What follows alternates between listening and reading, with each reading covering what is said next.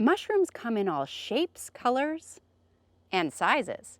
But what role do mushrooms play in the ecosystem beyond being just cool to look at? We're about to find out.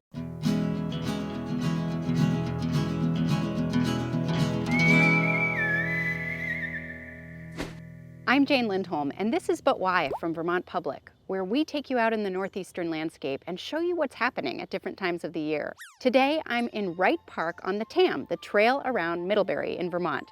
And I'm here with mycology educator and photographer, Meg Madden.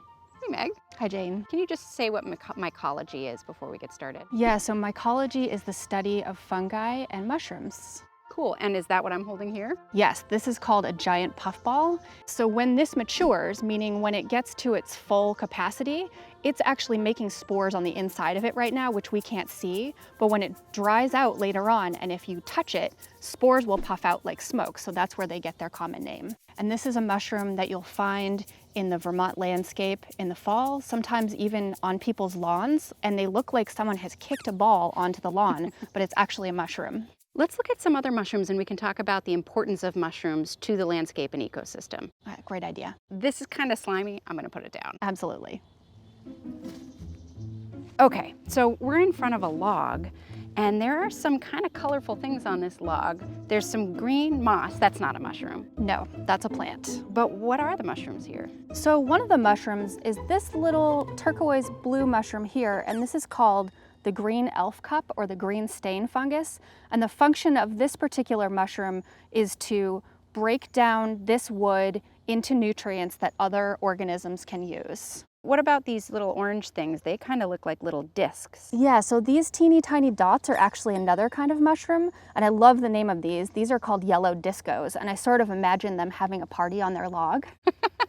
You mentioned that the green elf cups help break down the log. Is that what the yellow discos are doing yes, too? The yellow discos are doing that too. So they belong to a group of mushrooms called saprobes, and saprobes decompose things like wood and leaves and pine needles into nutrients that would otherwise be trapped into the wood so that other things can use them. So inside this wood is the larger part of the fungus, and that is made out of something called mycelium that looks like little threads, and it's actually in the soil, in the wood, and it's in almost everything out here in the woods.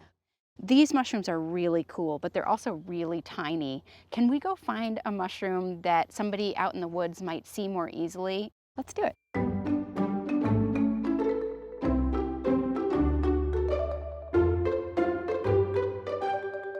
Meg, oh my gosh, these are beautiful. Yeah, these are pretty amazing. So this is another fall mushroom that you're going to find in the woods. These are called amanita muscaria, or the fly agaric, and you're actually going to find these specifically under pine trees because they have a special relationship with pine trees. The pine trees' roots are connected to the mycelium of these mushrooms, and they're bartering things with each other. So the trees are sharing carbon or sugar with the mushrooms because they can't make it themselves.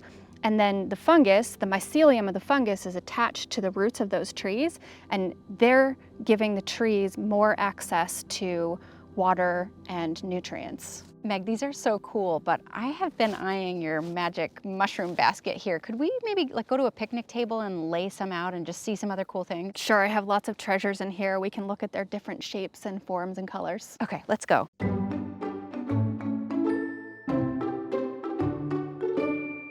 Well, we're almost at the end of our mushroom walk, but you've collected all of these beautiful mushrooms just on the trails that we've been walking today in Middlebury, Vermont. Can you describe a couple of the really cool ones for us? Absolutely. Maybe start with this one? Sure. This is called a coral fungus or a coral mushroom, and you can see that it got its common name because it's shaped like something that you would find under the sea. This one is really neat. Yeah, so this is a bonnet mushroom, and instead of breaking down wood or a log, it's actually breaking down this pine cone. And it's so cute. It's very cute. And then this is a whole other class of mushrooms. So whereas the classic supermarket mushroom or the amanita has gills, these actually have teeny tiny holes on the underside that are called pores. And this is where this kind of mushroom makes its spores. All right, so I know you have to go, but I'm curious if you have a really good mushroom joke that you could take us out with.